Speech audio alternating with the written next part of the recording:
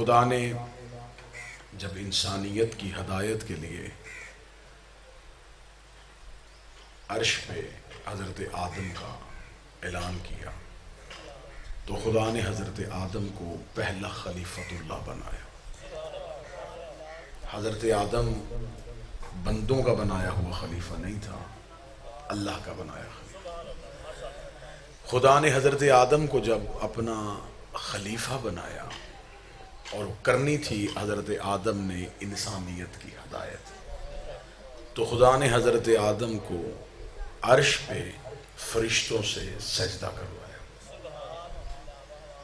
میرے مالک تو نے ہدایت ہماری کرنی ہے، آدم ہماری ہدایت کے لیے آنا ہے۔ ہدایت اس نے کرنی تھی انسانوں کی، سجدہ اس سے کروا دیا فرشتوں کو۔ تو جب حضرت آدم نے فرشتوں کی ہدایت ہی نہیں کرنی، یہ خلیفہ ہے فی الارض زمین والوں کے لیے، تو زمین والوں کو حکم دے کہ آدم کی تعظیم کریں، آدم کی تکریم کریں، آدم کا احترام کریں، فرشتوں سے سجدہ کیوں کروایا؟ عجب نہیں کہ آواز پروردگار آئے کہ آدم ہے خلیفۃ اللہ، آدم نے جانا ہے انسانیت کی ہدایت کے لیے۔ خدا نے کہا کہ جو اصول آج بنے گا یہ اصول قیامت تک چلے گا۔ میں اپنا پہلا خلیفہ بنا کے فرشتوں سے سجدہ کروا کے دنیا کو بتا رہا ہوں کہ میرا خلیفہ وہ ہوتا ہے جسے بندے نہ عزت دیں، فرشتے بھی سجدہ کریں۔ لہٰذا آدم صرف انسانوں کا خلیفہ نہیں، آدم بے شک خلافت آدم کی زمین پہ ہے، لیکن آدم کا سجدہ عرش پہ ہو رہا ہے۔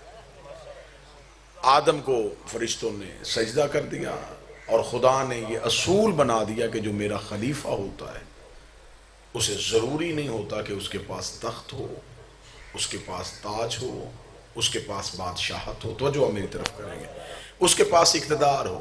میرا خلیفہ تخت اور تاج کا محتاج نہیں۔ گفتگو کا مرکز و محور ہے اس شہنشاہ کی ذات جسے والی خراسان کہا جاتا ہے۔ بندوں کے بنائے ہوئے رضی اللہ ہو سکتے ہیں، اللہ کے بنائے ہوئے رضا ہوتے ہیں۔ رضی اللہ ہونا اور ہے، اللہ کی رضا ہونا اور ہے۔ رضی اللہ وہ ہوتے ہیں جس کے لیے بندے دعا کریں، اللہ کی رضا وہ ہوتا ہے جسے اللہ سلام کرے۔ میرے آٹھویں شہنشاہ والی خراسان سرکار حضرت علی ابن موسیٰ الرضا علیہ السلام، اللہم صلی علی محمد وآل محمد۔ متوجہ ہیں بات کی جانب سرکار؟ میرے شہنشاہ کا نام نامی اسم گرامی علی ہے، لقب میرے مولا کا رضا ہے۔ یعنی کہ اگر کوئی اردو لطافہ سمجھتا ہو تو بڑا قیمتی جملہ ہو کہ یہ میرا امام وہ ہے جو برائے نام بھی علی ہے۔ انسان کسی کے بارے میں کہتا ہے نا کہ یہ اس کے ساتھ ملتا بہت ہے، بس نام کا فرق ہے۔ یہ میرا امام اس قدر مشترک ہے علی کے ساتھ کہ نام کا فرق بھی نہیں ہے۔ وہ علی مرتضیٰ ہے، یہ علی الرضا ہے۔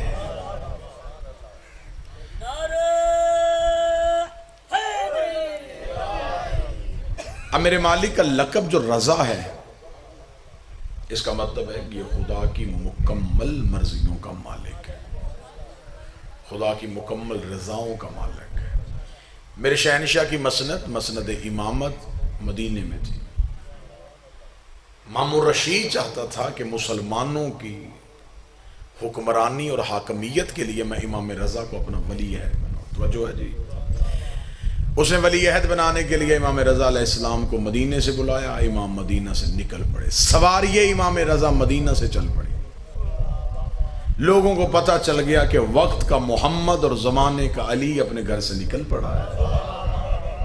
لاکھوں کی تعداد میں حدیثیں لکھنے والے مورخ ہاتھوں میں کاغذ قلم لے کے امام رضا کی سواری کا انتظار کر رہے تھے۔ نیشہ پور ایک جگہ ہے، جو زیارات کر کے آئے ہیں وہ تائید فرمائیں گے۔ امام رضا علیہ السلام کی سواری نیشہ پور کے قریب پہنچتی، ہزاروں تاریخ نویس مورخین ہاتھوں میں کاغذ قلم لے کے کھڑے ہیں کہ محمد کا بیٹا کوئی حدیث لکھوائے. دوڑ رہے ہیں کاغذ قلم ہاتھ میں، دوڑ رہے ہیں. مولا کچھ بول لیں، مولا کچھ بول لیں، فرزند رسول کچھ بول لیں، رسول کا بیٹا کچھ بول تاکہ ہم لکھیں. ذہنوں کو سکون ہو جائے گا جملہ سن کے. کیا کہنا میرا مولا رضا تیری عزت کے ہزاروں کاغذ قلم تیرے پیچھے بھاگ رہے تھے اور تو نے مڑ کے جواب نہ دے کے زمانے کو بتایا کہ میرے نانے نے ایک کاغذ قلم ماننا تھا، اگر تب دے دیتے آج لاکھوں لے کے میرے پیچھے نہ. اگر اس میں کاغذ قلم رسول کے حوالے کر دیا جائے، فرزند رسول کچھ بولیے، فرزند رسول کچھ کہیے. امام رضا علیہ السلام میرے شہنشاہ اپنی سواری سے اٹھے. امام رضا علیہ السلام نے اپنے چہرے سے نقاب کو اٹھایا. نقاب کو اٹھانے کے بعد امام رضا کی آواز آئی، سنو لا الہ ایک قلعہ ہے. یہ کہہ کے امام پھر سواری پہ بیٹھ گئے. جملہ کیا کہا؟ لا الہ ایک قلعہ ہے. یہ کہہ کے امام بیٹھ گئے. کلام میں امام جو ہوتا ہے یہ امام الکلام ہوتا ہے. امام کی گفتگو حکمت سے بھری ہوئی تھی.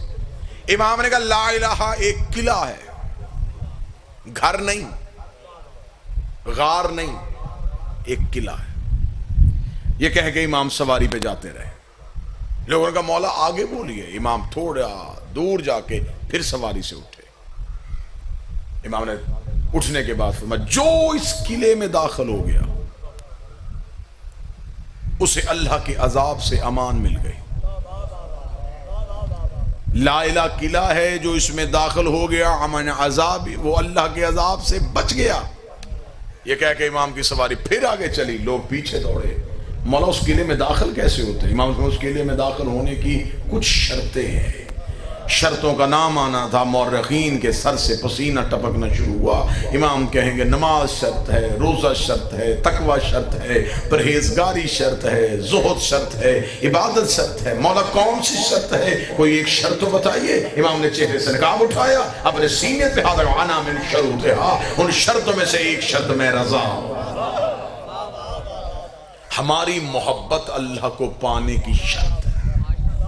جس نے ہمیں پا لیا اس نے اسے پا لیا، جس نے ہمیں چھوڑ دیا اس نے اسے چھوڑ دیا. امام رضا علیہ السلام کے اس کلام کی شرح پہ ہزاروں کتابیں لکھی جا چکی ہیں. امام کے اس کلام کی شرح پہ لکھی جا چکی ہیں کہ امام رضا علیہ السلام نے فرمایا جس نے ہمیں پا لیا اس نے اللہ کو پا لیا، جس نے ہمیں چھوڑ دیا اس نے اللہ کو چھوڑ دیا. اس کا مطلب ڈائریکٹ اللہ کو ماننے کا کوئی فائدہ نہیں ہوتا. لا الہ تب تک قبول ہی نہیں ہوتا جب تک علی ولی اللہ نہ پڑھ لیا.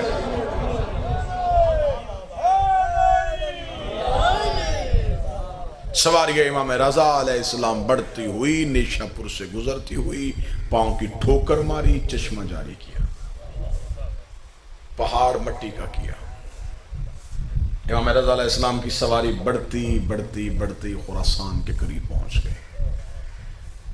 امام رضا علیہ السلام کو بالکل قریب سے گفتگو شروع کروں تاکہ امام کی حکمت سمجھ میں آ سکے. امام رضا علیہ السلام جب پہنچ گئے اب امام کو تخت دے دیا گیا، بیعت امام ہو گئے. امام رضا علیہ السلام ایک دن دربار میں بیٹھے ہوئے تھے. یہ چند لوگ دربار میں داخل ہوئے. انہوں نے مامون رشید سے کہا کہ مامون ہم تیری رعیت ہیں، تو ہمارا حاکم ہے، ہم تجھ سے ایک التجا کرنے آئے ہیں کہ گرمی بہت ہے، قحط بڑا ہے، بارش نہیں ہو رہی. جب انہوں نے مامون رشید سے کہا کہ بارش کیوں نہیں ہو رہی تو مامون رشید نے کہا کہ میں کیا کر سکتا ہوں. انہوں نے کہا تو خلیفہ ہے، اور خلیفہ وہ ہوتا ہے جس کا اللہ سے رابطہ ہو. اگر تیرا اللہ سے رابطہ تو اللہ سے کہ بارش کرو. مامون رشید نے کہا کہ میں اللہ کے کاموں میں ٹانگ نہیں اڑاتا. ایسا ہی میں قدرت کے کاموں میں دخل نہیں دیتا. بارش اس نے بھیجنی ہے تو ہونی تمہارے لیے ہے، میں کیسے بارش کروا دوں. انہوں نے کہا اگر تو بارش نہیں کروا سکتا تو خلیفہ کیسا؟ توجہ بھائی، تو کیسا خلیفہ، تیرے کہنے پہ بارش نہیں ہو سکتی. مامون رشید نے کہا نہیں، وہ ہمارے کہنے پہ اپنے ارادے نہیں بدلتا. اگر اس کا ارادہ بدلنا ہے تو پھر رضا کو بلانا پڑے گا، کیونکہ اللہ کی کائنات میں یہ واحد گھر ہے جو خدا کے ارادوں کو بدل لیتا ہے. امام رضا علیہ السلام کو بلایا جائے. میرے 8ویں شہنشاہ کو گھر سے بلایا گیا. میرے امام دربار میں پہنچے. مامون رشید نے کہا کہ علی ابن موسیٰ رضا یہ لوگ چاہتے ہیں کہ بارش ہو. توجہ بھی پوری, اختیار امام سنانے لگا, یہ لوگ چاہتے ہیں بارش ہو. امام رضا علیہ السلام ایک لمحے کے لیے مسکرائے اور مسکرا کے کہا ہو جائے گی. یعنی کہ آسانی سے امام نے کہا ہو جائے گی. مامون رشید نے کہا کہ بارش کا موسم کوئی نہیں ہے, بادل کے آثار کوئی نہیں ہے, دور دور تک بارش کے ہونے کا امکان نہیں ہے, اور آپ کہتے ہیں ہو جائے گی. کیسے؟ جو بندہ ذہنی طور پہ مجلس میں بیٹھا وہ جملے کا اتنا لطف لے گا. اس نے کہا کیسے؟ امام نے کہا ہم جو چاہیں وہ کر سکتے ہیں.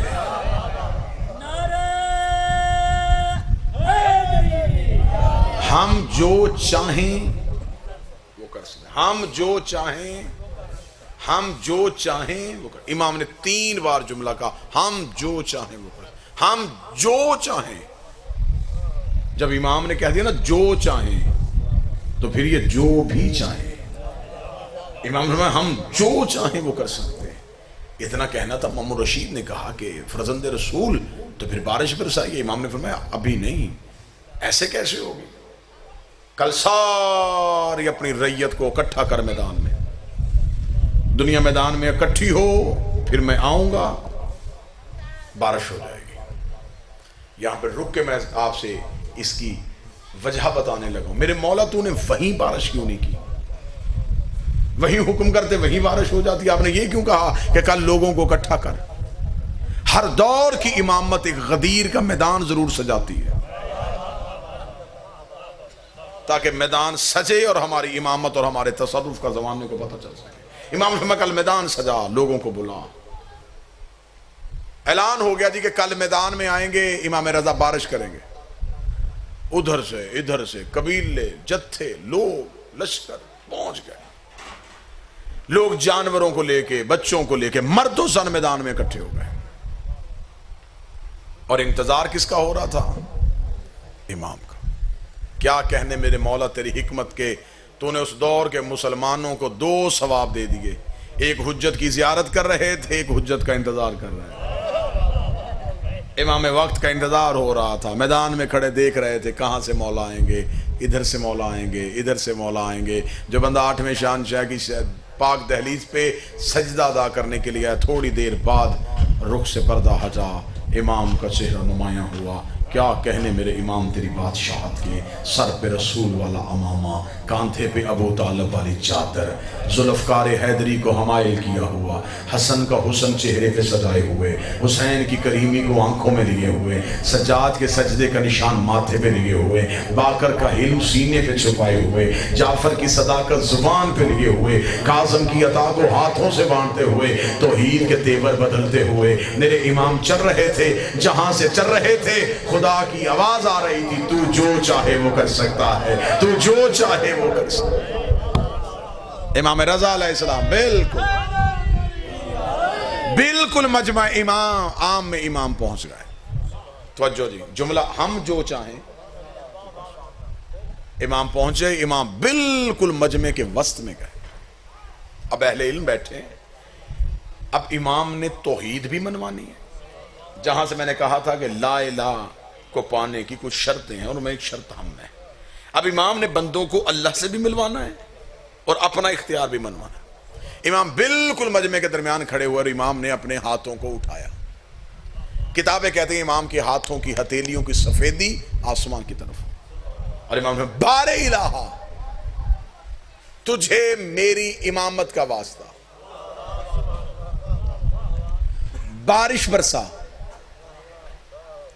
یہ کہنے کے بعد امام نے اپنے ہاتھوں کو یوں ہتھیلیوں کو اٹھایا ہوا تھا, امام نے اپنی انگلیوں کا اشارہ کیا.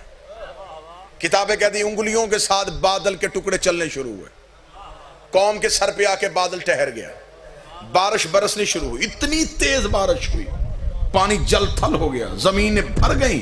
جو ہی بھرنا تھا امام نے ہاتھوں کو اٹھا گا, اتنی بھیج جتنی برداشت کر سکے. رحمت والی بارش دینا, زحمت والی نہ دینا. جو ہی امام نے یوں اپنے ہاتھوں کو بند کیا, بارش وہیں کی رک گئی. بارش کا رکنا تھا, لوگوں کی آواز آئی مرحبا رسول کا بیٹا، مرحبا علی کا بیٹا، اسے کہتے ہیں امام، اسے کہتے ہیں مولا، یہ ہے اختیار امامت۔ ہر طرف امام رضا کی باتیں ہونی شروع ہوئی۔ لوگ چلتے چلتے مامون کے دربار میں گئے، انہوں نے کہا مامون رشید اب تو تیری خلافت کا قلعہ کھل گیا ہے۔ امام کے کہنے پہ بارش ہو گئی، امام نے حکم دیا اور بارش آ گئی، لوگوں کے ذہن تیری حکومت سے ہٹ گئے ہیں۔ اسے کہا مامون تو کچھ بھی نہیں کر سکتا، امام رضا کے پاس تو سارے اختیار ہیں۔ اتنی دیر ہونی، مامون کو شرمندگی محسوس ہونی شروع ہوئی۔ ادھر سے امام رضا کا قدم مامون کے دربار میں آیا۔ مامون نے کہا اے فرزند رسول، آپ تو کہہ کے گئے تھے ہم جو چاہیں کر سکتے ہیں، پھر آپ نے میدان میں کھڑے ہو کے اللہ سے دعا کیوں مانگی؟ پھر بار الہ کیوں کہا؟ اللہ سے دعا تو میں بھی مانگ سکتا ہوں، اللہ سے دعا یہ بھی مانگ سکتے ہیں۔ اس کا مطلب بارش آپ نے نہیں برسائی، بارش تو اللہ نے برسائی ہے۔ اگر تیرا اختیار ہے تو پھر تو اپنے کہنے میں بارش برساتا۔ امام رضا کے چہرے کے تیور بدل گئے، چہرے پہ علی والا جلال آ گیا، علی والے جلال کو چہرے پہ سجائے ہوئے امام نے پورے دربار میں نظر دوڑائی۔ امام کی نظر سامنے دیوار پہ پڑی، دیوار پہ قلین کا ٹکڑا تھا، اس کے اندر ایک شیر کی تصویر بنی ہوئی تھی۔ امام نے شیر کی طرف دیکھ کے ابھی انگلی کا اشارہ کیا، یہ شیر چنگھاڑتا ہوا باہر آیا۔ شیر کا باہر آنا تھا، دربار خالی ہوا۔ مامون نے اپنے پاؤں تخت پہ رکھ کے کہا رضا یہ کیا کیا ہے؟ امام نے کہا ہم جو چاہیں وہ کر سکتے ہیں، ہم جو چاہیں وہ کر سکتے ہیں، ہم جو چاہیں وہ کر سکتے ہیں۔ اتنا کہنے کے بعد امام نے شیر کی طرف توجہ کرنے کے بعد کہا جب میں نے تجھے حکم دیا ہی نہیں تھا تو آیا کیوں ہے؟ اسے کہا مولا آپ نے میری طرف دیکھا، یہ ذہن میں سوچ رہا تھا کہ ایسا کیسے ہو سکتا ہے، میں نے باہر نکل کے بتایا ایسے ہو سکتا ہے۔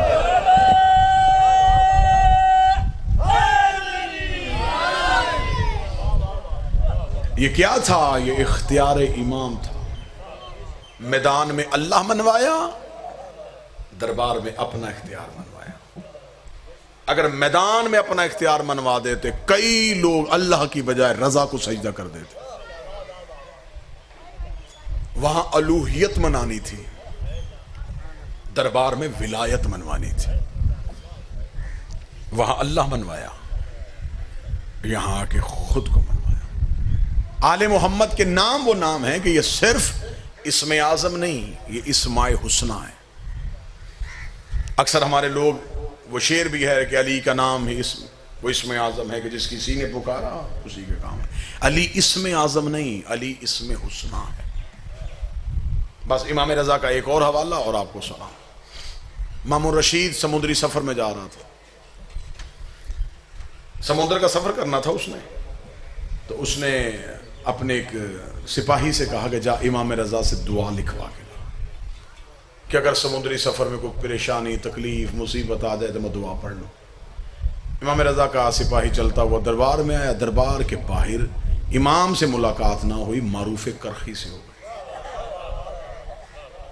یہ معروف کرخی امام کا چہیتا نوکر ہے،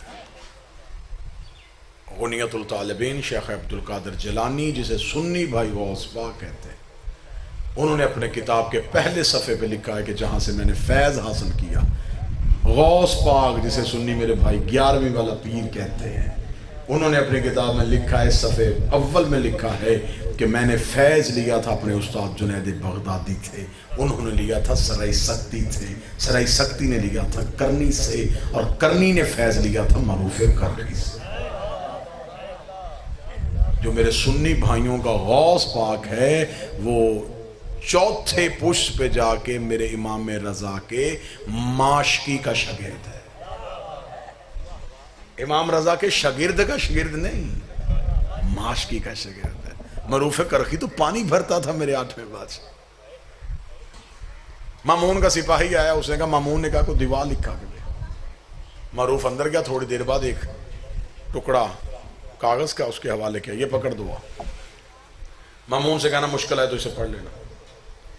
سپاہی نے ویسے ہی دعا پکڑی، آ کے مامون کو دے دی، مامون نے جیب میں رکھ لی، چلا گیا۔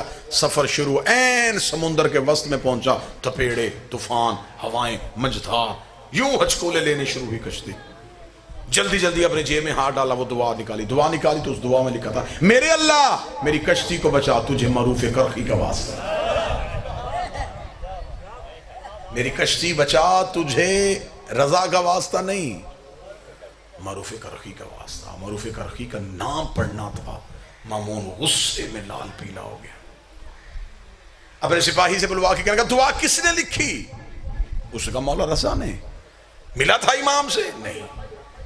کس کو ملا تھا؟ اس نے کہا جب میں گیا تو دروازے پہ معروف کھڑا تھا، تو میں نے معروف سے کہا تھا دعا لکھوا کے لاؤ، اس نے کہا دھوکہ کر دیا اس نے، بجائے امام سے لکھوانے کے خود ہی لکھ دی، وہ مجھے مارنا چاہتا ہے۔ یہ کہہ کے اس نے غصے سے اس کاغذ کے ٹکڑے کو یوں لے کے یوں غصے میں دریا میں سمندر میں پھینکا۔ جیسے ہی سمندر کے ساتھ ٹکڑے کا لگنا تھا، لہریں اپنی جگہ پہ واپس آ، ڈوبتی ہوئی کشتی دوبارہ آ کے سطح سمندر پہ تیرنے لگے، سانسیں واپس آ گئیں، جسم میں جان واپس پلٹ آئی۔ سارا سفر مامون الرشید نے پریشان ہو کے کیا، واپس آیا سیدھا دربار میں گیا، اپنے تخت پہ بیٹھ کے کہنے لگا معروف کرخی کو گرفتار کر کے لاؤ۔ معروف کرخی کو مامون رشید کے سامنے پیش کیا گیا۔ مامون رشید نے کہا کہ معروف جب میرا نوکر آیا تھا امام رضا سے ملنے، تو نے امام سے نہیں ملنے دیا؟ اسے کہا نہیں ملنے دیا۔ کیوں؟ اسے کہا تیرے نوکر نے کہا تھا کہ مامون نے کوئی دعا لکھوانی ہے۔ مامون رشید نے کہا پھر وہ دعا کس نے لکھی تھی؟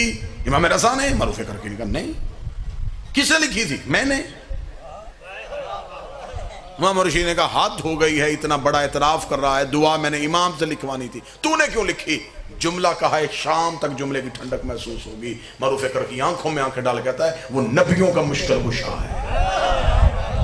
ہائے ہائے ہائے، وہ حاجت روائی انبیاء ہیں، تیرے جیسوں کی مشکلیں تو میں بھی ڈال دیتا ہوں۔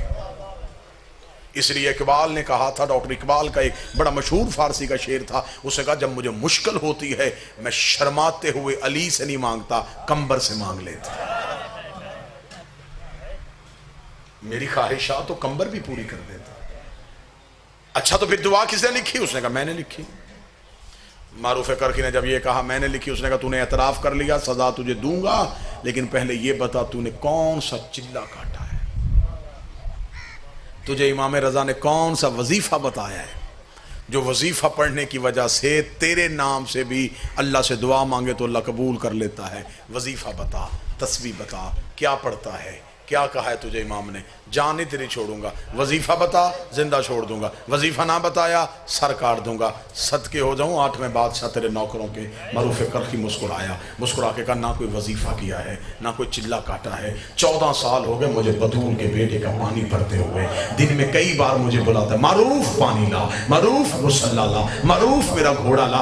اتنی بار اس کی زبان سے میرا نام نکلتا ہے، معروف معروف معروف۔ اتنی بار سے قرآن میرا نام لیتا ہے، ان کی زبان سے میرا نام نکلے، اور میرا نام کسی کی مقدر اور قسمت اور تقدیر کو بھی نہیں بدل سکتا۔ جب وہ مجھے معروف کہتا ہے تو میرا نام اسم اعظم ہو جاتا ہے۔ یہ جو نام لے وہ اسم اعظم ہو۔ آج بھی مشہد جا کے دیکھو، 8 صحن میرے مولا کے، کیسی بادشاہی، سونے کے دروازے، چاندی کی زری، نوکروں کا بادشاہوں جیسا استقبال۔ آتے امام رضا کے نوکر ہیں، لیکن جب حرم میں داخل ہوتے ہیں بادشاہ ہو جاتے ہیں۔ امام رضا کے نوکروں کی پاپوش سنبھالنے کے بندوبست، نوکروں کے کھانے۔ آج بھی ایران کی حکومت جس کی مقروض ہے، ابھی یہ کرونا وائرس پھیلا، پوری دنیا کے امیر ملک چندے مانگ رہے تھے۔ جاؤ جا کے دیکھو، ایران میں جتنے بھی کرونا کے مریض تھے انہیں ہاسپٹل میں داخل کیا گیا۔ جب انہیں شفا مل گئی اور وہ ہاسپٹل کے کاؤنٹر پہ آئے کہ ہمارا بل کیا بنا ہے، تو انہوں نے رسید نکال کے جس پہ لکھا تھا تمہارا بل رضا نے ادا کر دیا۔ ہر مریض کو جو رسید دی گئی اس پہ لکھا تھا کہ تمہارا بل امام رضا نے ادا کر دیا۔ آج بھی جو تقدیر بدلتا ہے، جب امام رضا کے حرم میں داخل ہوتے ہیں انسان کا مزاج ہی بدل جاتا ہے، آنکھیں خیرہ ہو جاتی ہیں۔ 8واں شہنشاہ اتنا آباد، نجف میں امیر المومنین کے حرم میں بھی اتنی امیری نہیں ہے۔ جو ظاہر بیٹھے وہ تو میری گواہی دیں، کربلا میں عباس کے حرم میں بھی اتنی امیری نہیں ہے۔ آل محمد میں سے سب سے زیادہ امیری 8ویں بادشاہ کے حرم میں۔ صحن، سونا، چاندی، مہمانوں کا بادشاہوں جیسا استقبال. لیکن انسان کا جگر پھٹ جاتا ہے جب انسان زری پہ جا کے زیارت پڑھتا ہے تو لکھا السلام علیکہ یا غریب الغربا.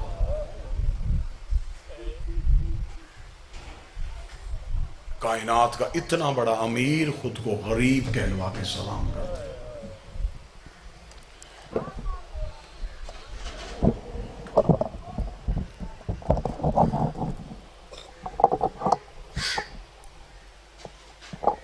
مالک کی شہادت کی نسبت سے یہ مجلس ہے. میری جتنی بھی ذاکری ہے وہ منسوب اور مخصوص ہے اسی 8ویں بادشاہ. شہادت حرف آخر میں جو بھی پڑھیں گے وہ پوری سنائیں گے. محرم قریب آ رہا ہے. میں ابتدائیہ ذاکر ہوں. میں نے پہلی اس مجلس کی ابتدا کی ہے. آج کی مجلس پہ میں پہلا ذاکر ہوں تو میں رو کے گزارش کروں گا. محرم قریب ہے. عزاداری حسین کو معمولی نہ سمجھا کرو. اکثر لوگ ہوتے ہیں نا جی مجلس ہو رہی ہے وہ کہتے ہیں باہر کھڑے بھی سن ہی رہے ہیں, گھر میں بیٹھ کے لائیو بھی تو دیکھ ہی رہے ہیں. اس جگہ پہ بیٹھنے کا اتنا اجر ہے. یہاں پہ آ کے بیٹھے نا, اس قلین پہ بیٹھنے کا میں اجر آپ کو سناؤں 8ویں بادشاہ کی زبان سے. میرے 8ویں امام خود بہت بڑے عزادار تھے. امام اپنے گھر میں مولا حسین کی مجلس کرواتے. جب مجلس کا قلین بچ جاتا نا تو امام رضا آتے, آ کے قلین کو چومتے.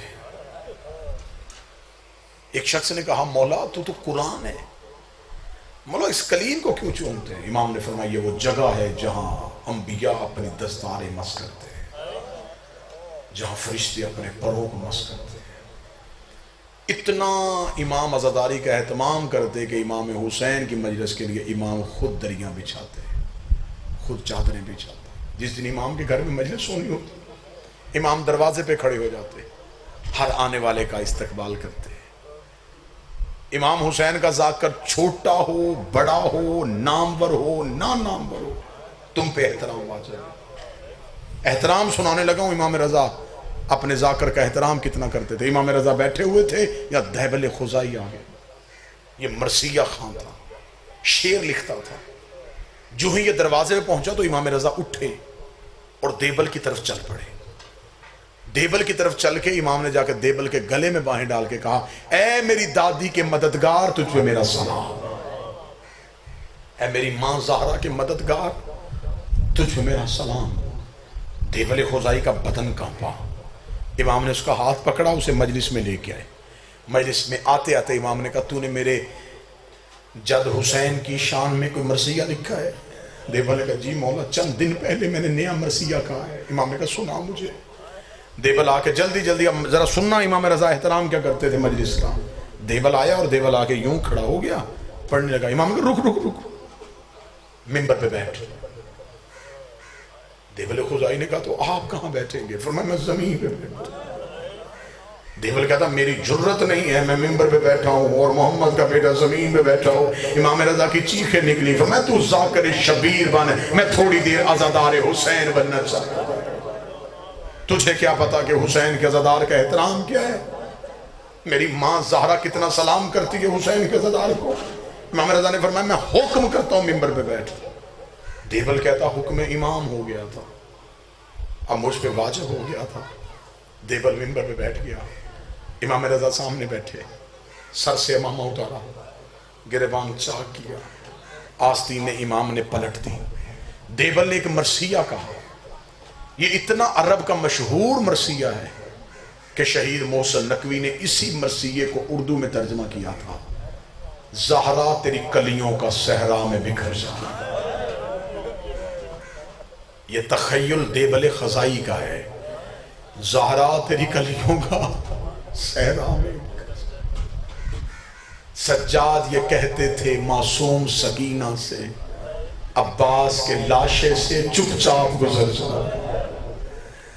دیبل خزائی ممبر میں بیٹھا. دیبل خزائی نے مرثیہ شروع کیا. زیادہ سے زیادہ 2 منٹ میں جتنا رو سکو. دیبل خزائی ممبر پہ بیٹھا. ممبر پہ بیٹھ کے دیبل نے مرثیہ کی پہلی سطر پڑھی. دیبل خزائی رو کے کہتا میرا سلام سیدہ زہرا تیری اولاد.